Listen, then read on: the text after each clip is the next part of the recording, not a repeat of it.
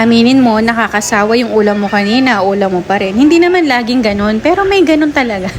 Ano daw? Tara, samahan mo ako at gawa tayo ng simpleng chicken shawarma. Unahin na natin ang ating garlic mayo sauce. Ayan po, nasa screen ng ating mga ginamit na ingredients. Napakadali lang. Kung ano lang meron dyan, pwede mong gamitin. Lahat ito optional. Kung wala ka ng iba, edi wag mo na ilagay. So, next na tayo. Pagka ganyan mga sis, medyo watery siya or liquid masyado, lagyan nyo pa ng another mayo. So, ito ulam namin to kagabi, pritong manok. Ayan. So, para naman hindi tayo maumay at hindi naman tayo mag-inarte on the side, charot. Meron ako dito sa ref ng mga gulay na ito. So, hiniwa natin siya ng maninipis. Ang tawag daw dyan is Julian cut. So, parang shawarma style. Ewan ko kung tama yung tawag ko dyan. Basta ganito kaninipis.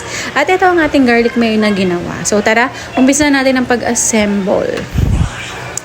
Una, syempre, ang ating bahaw na kanin. Plain rice lang mga mi. Huwag na tayo magpaka-jaba-jaba dyan.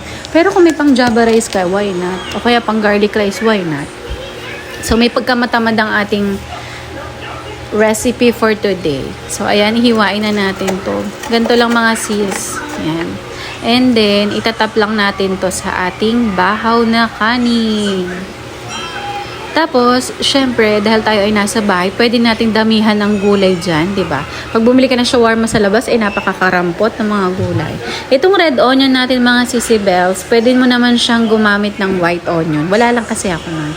And then, itap natin siya ng sauce. Kung gusto nyo maging cheese sauce to, mga sis, lagyan nyo lang ng cheese whiz. Ayan. So, tara, tikman na natin ang ating kalokohan. Charot. Ayan. Ito na ang ating shawarma style. Leftover chicken. O, diba? Nagkaroon ka ng idea sa mga leftover na ulam. So, titikman na natin siya. Pasintabi po sa mga double chin dyan. Basta kakain tayo.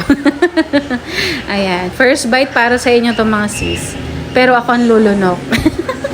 Ayan. Masarap siya. And sabi ng panganay ko, yummy. Sabi niya, nanay, pag nag-crave ka ng shawarma, ikaw na ang gumawa. O, diba? May pagka-shawarma style.